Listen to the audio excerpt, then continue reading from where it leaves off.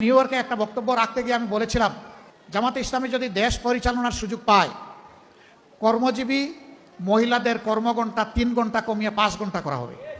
চতুর্দিকে সমালোচনার ঝড়, হায় হায় কি বললো জামাতের আমির সাহেব, এখন তো আর মহিলারা কোনো কাজই পাবে না।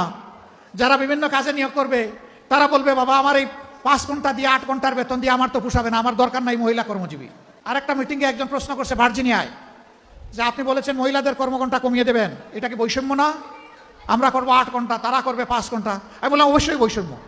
পুরুষদেরকে বললাম যে আগামী 1 বছরের ভিতরে পেটে বাচ্চা নেবেন এমন 2-1 পুরুষ থাকলে হাত তুলেন। কেউ তো আর হাত তুলে না। আমি বললাম এটা পারবেন না? না না, এটা পারবো কিভাবে? আমি বললাম আচ্ছা ঠিক আছে, বাচ্চা নিতে পারলেন না, আপনার স্ত্রী যে বাচ্চাটা জন্ম দিবেন ওকে একটু বুকের দুধ খাওয়াবেন 2 বছর, যারা তারা একটু হাত তুলেন, নিজের বুকের দুধ। এখন দেখে আবার কেউ হাত তুলে না। আমি বললাম এটা কি বৈষম্য না?